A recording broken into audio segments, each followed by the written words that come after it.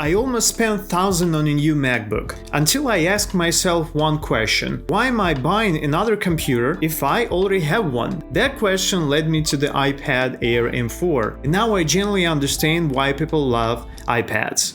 So if you watch my channel, guys, you probably know that I'm using Mac Mini setup, Mac Mini M2, for about maybe 3 or maybe 4 years already. And recently I started to think about maybe I should buy a new MacBook. You know, MacBook seems like the obvious choice, but something felt unnecessary. And as you guys also know, I have MacBook Pro M1, which my wife uses. So when I started to think, why buy another laptop if I already have one? Maybe buying a new MacBook is not a good option. So my setup was powerful, but my workflow was trapped at my desk. I'm using this Mac Mini for years and I always work in a desk. Even if I will buy a MacBook, I will still use it on a desk. I already own keyboard and trackpad. I actually don't need a second laptop. So I stopped searching for power and start searching for flexibility. So I wanted something portable, lightweight for travel, better for consuming and creating, something which is always ready instantly and easier to carry than a MacBook. And I was thinking, why should I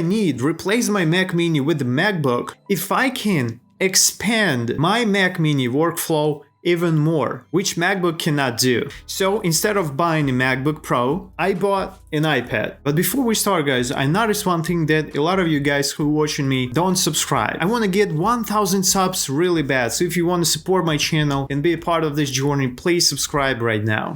So this is iPad Air 11 inches M4. You may ask, why I choose Air instead of Pro? That's simple, because of the price. I could buy just simple iPad, but I wanted the device to support the new Apple Pencil Pro. Why M4 iPad? I want to use this thing for years. So M4 will last so long, maybe 5-7 years or something like that. And 11 inches instead of the 13. It's kind of obvious, right? Because 13 is actually super huge iPad and I simply don't need this. It's so inconvenient to use it in, for example, in one hand. And most importantly, I'm traveling, guys. So for me, every kilogram matters. In the box, we don't have anything actually cool. The charging block, which is actually cool, thanks for that, and the cable. That's it. We don't have anything else, and actually you don't need anything else. That's all you need. So instead of just replacing my Mac Mini with the MacBook, I just expanded it with my iPad. Let me guys explain how this device can work with my travel setup with Mac Mini.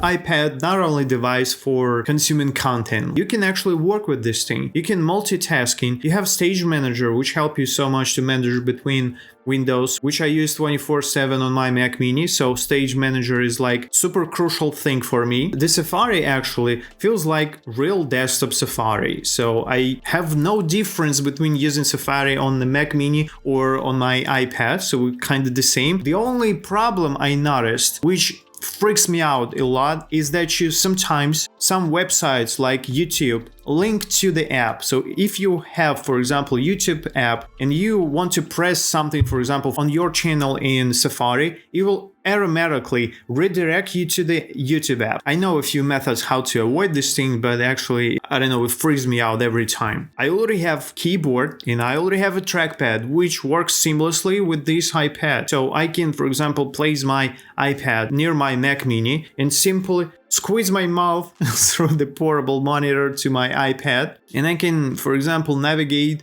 with all my devices without even connected it to it. And of course I can use like a secondary screen by Sidecar, which actually super cool, but you have delays, you have less refresh rate, which sometimes not so convenient, but if you want to see additional information, for example, or OBS or wherever, it's actually super helpful. You can manage files on iPad. I use in iCloud Plus with 2 terabytes, so full synchronization between my Mac Mini and my iPad and other devices. And the performance, guys. So this thing has M4, as I said, and every app feels so smooth, super fast. The performance is crazy of this thing. And most importantly, this performance will maintain for years, which is important for me. I'm not a huge fan of upgrading my stuff every year. But of course, the iPad can't replace your MacBook, and it shouldn't be. The main reason I bought iPad is that I wanted to expand my workflow, and I did it successfully. But don't think iPad Air doesn't have downside. It has a lot of it.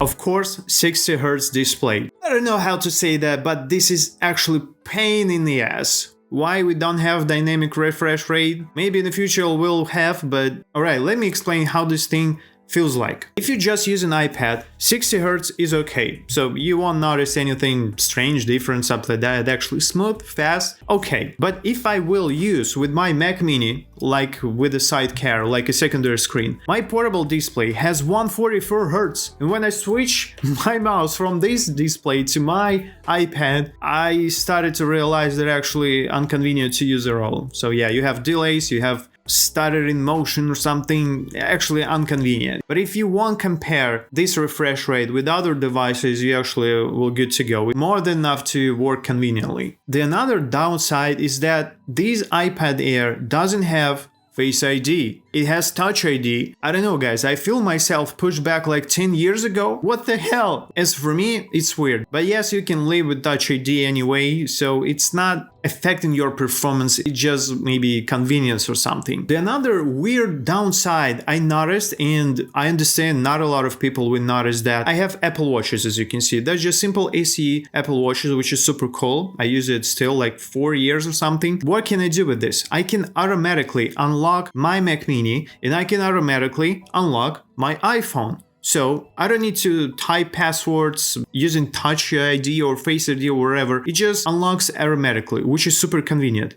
But I was shocked that I cannot do the same thing with the iPad. Why? I don't know. What's the difference between using Mac Mini, iPhone, and this thing? Alright, that's personal. Okay, what about cameras? Cameras is okay. I don't know who will buy iPad to use cameras. I don't know, FaceTime or make a quick shot or something. It's more than enough. I have no complaints about it. And of course, iPadOS. It has some limitations, so you won't unleash the true power of the M4 chip on the iPad. But I was shocked how many things you can do using this iPadOS. Even though you have those limitations, you can avoid them completely. As for me, I didn't notice anything weird or hard to do. And the huge downside, of course, it's personal again, but I hate accessories for iPad. So let me explain, guys. Today I got some accessories. I got the screen protector, glass screen protector, and I also got this one case, which is like, simple case, right? Folding case, which helps you so much to keep your iPad standing or something like that, or protect it from damaging. Everybody should do that with any Apple devices. But the problem is, this thing is actually light and super convenient to use. But when I will fit this bad boy into this case, and actually it's not convenient to do, as you can see. Alright, got it. I hope I won't break this. Alright, finally. So this thing, when you will use the case for the iPad, it will be protected, yes, but it will weigh like a MacBook. It will weigh so much, so it's not gonna be convenient to use it in one hand. Of course you can do that, but it's gonna be heavy as hell. So maybe in the future I will buy just the back cover, silicone cover, and it's gonna be enough for me, and I will be using this one folio just for travels to protect it from damaging. That's it. So I realized I never actually wanted another laptop. My Mac Mini handles heavy work. iPad complements instead of replaces. This one is perfect secondary device. It is more flexible in daily life and better for travel and casual productivity. You may ask again, why I didn't buy a new MacBook instead of the iPad? So let me clarify one thing and you will understand. MacBook is more powerful, of course, but the iPad is more adaptable. I can make a MacBook from my iPad using keyboard and trackpad, but I cannot make an iPad from the MacBook. If you guys didn't know, but it's so inconvenient to use MacBooks on the plane. It's much convenient to use iPads on the plane. So if you're wondering what device you should buy while traveling, you can buy an iPad. In the future I want to buy Apple Pencil because I like to draw, and using Apple Pencil will expand my workflow even more. So the iPad didn't replace my setup. It finally made it complete.